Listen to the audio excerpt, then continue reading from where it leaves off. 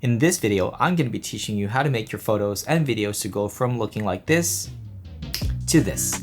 So this is an effect that you can achieve just by putting something in front of your lens called a black mist filter, or for some companies they call it a diffusion filter, and for some companies they call it a pro mist filter. In this case, I have put the newer black diffusion filter in 1/8 strength. So just a little disclaimer, I bought these filters with my own money. Neewer did not send these, so you can rest assured that everything that I will be saying in this video is of my unbiased opinion. So most of us put UV filters in front of our lens to basically protect the lens, right? Most of us don't even know what the UV rays do to our image. So why not just use a diffusion filter instead of your UV filter, but at the same time get a bonus effect, which leads us to point number 2, which is less contrast.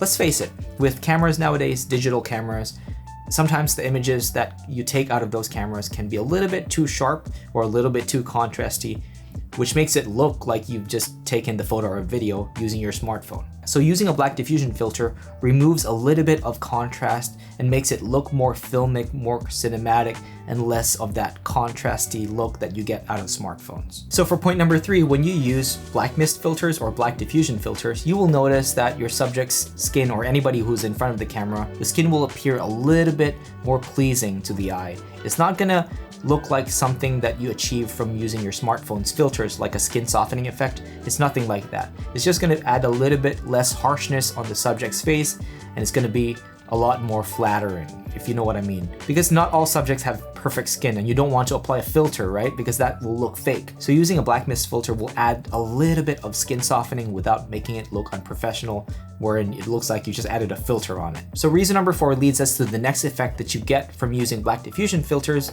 is the blooming of the highlights, or the halation. So if you notice the lights behind me, they're currently just out of control right now. They're like blooming. They don't look as dull as they would normally look like. So I'm going to remove all of the black mist filters attached to my lens right now, and you're going to notice that the lights will not look like this anymore. So this is what it looks like if I remove the black mist filters. As you can see, the image is now a little bit more contrasty, something that you would normally get from any camera that you use.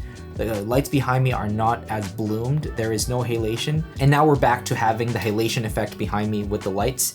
So reason number 5 why you should consider using black mist filters is that it just creates a unique look, something that you cannot just achieve by just using LUTs or presets.